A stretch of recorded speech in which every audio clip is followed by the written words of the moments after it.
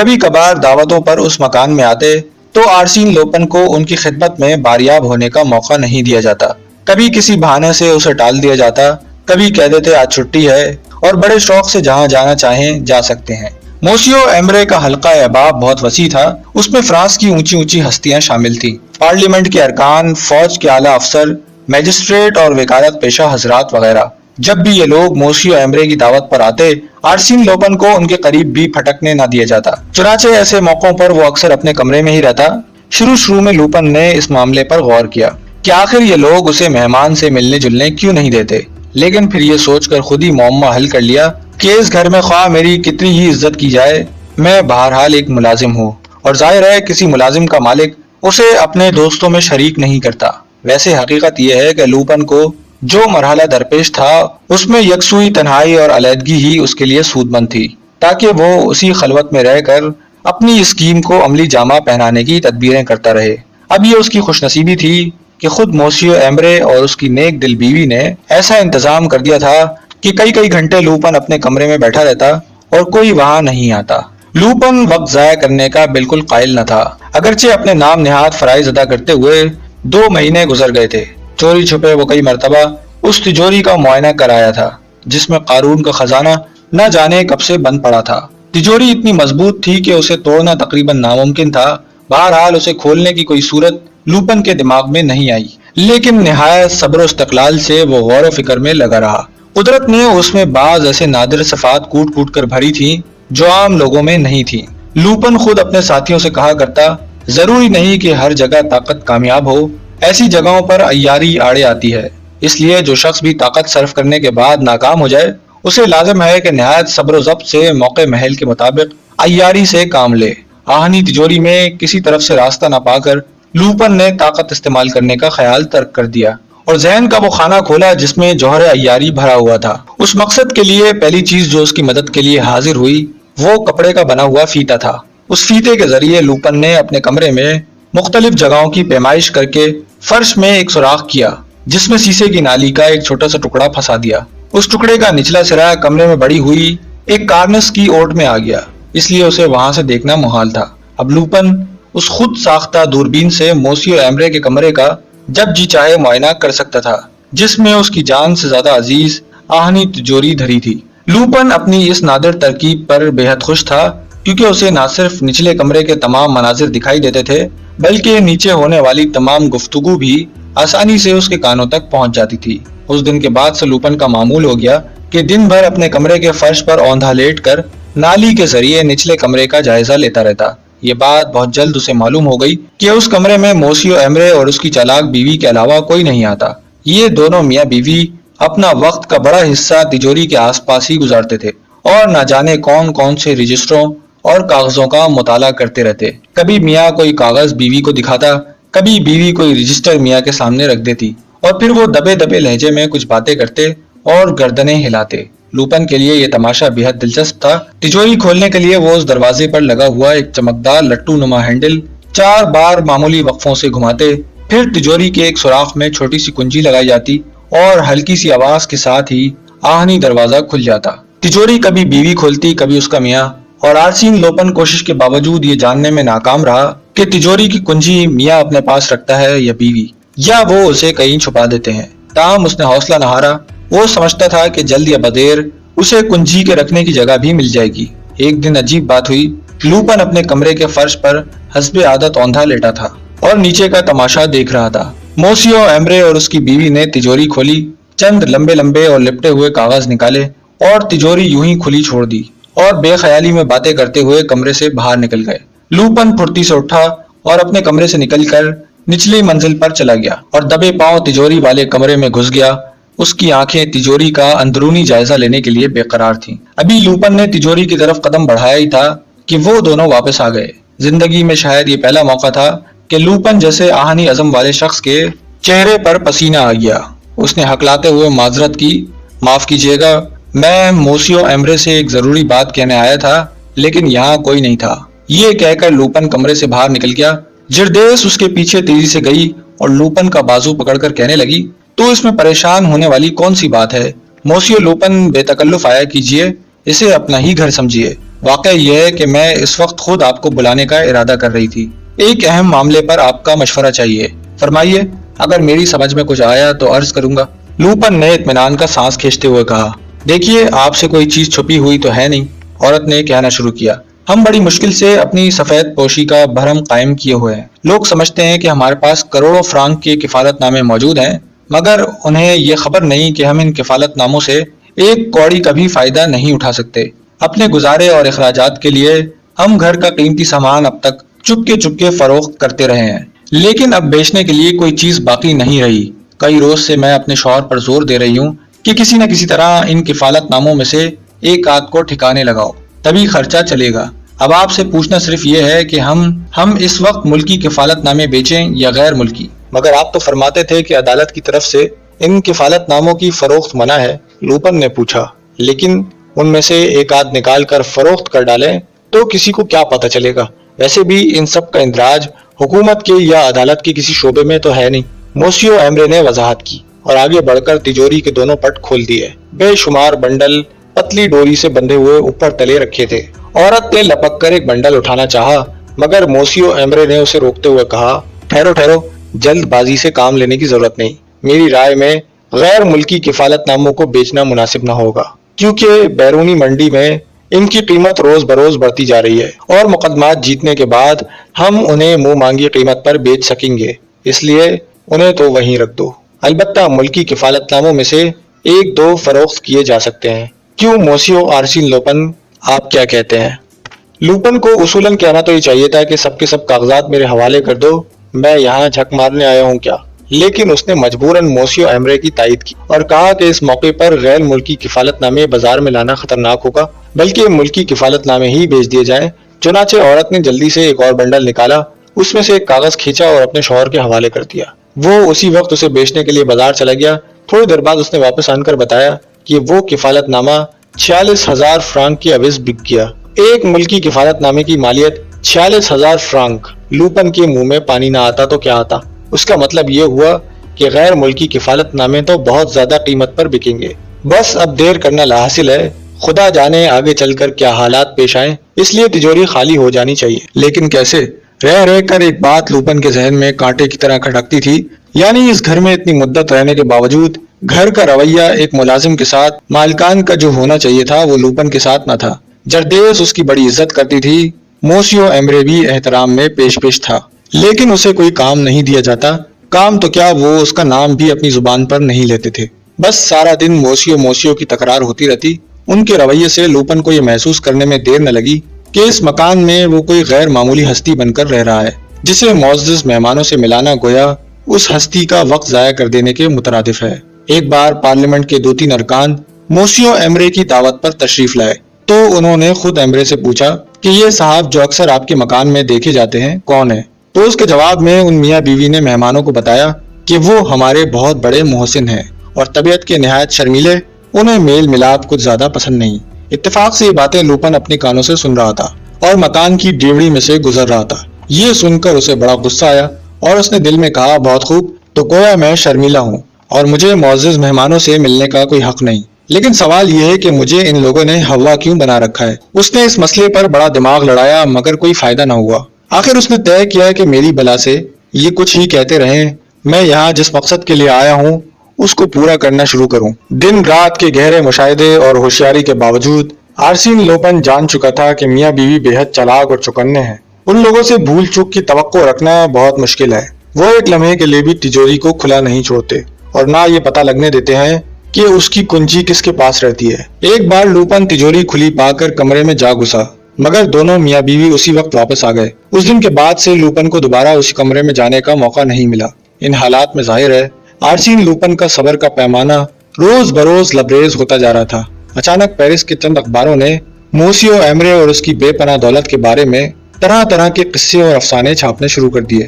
ایک اخبار نے تو یہاں تک لکھ دیا کہ موسیو ایمرے اور اس کی بیوی نہایت دھوکے باز اور شاطر ہیں، انہوں نے اپنے بڈھے چچا کو مار کر 10 کروڑ فرانک کی مالیت کے کفالت نامے فریب سے حاصل کیے ہیں اور یہی وجہ ہے کہ وہ عدالت کے حکم کے باعث انہیں بازار میں فروخت نہیں کر سکتے۔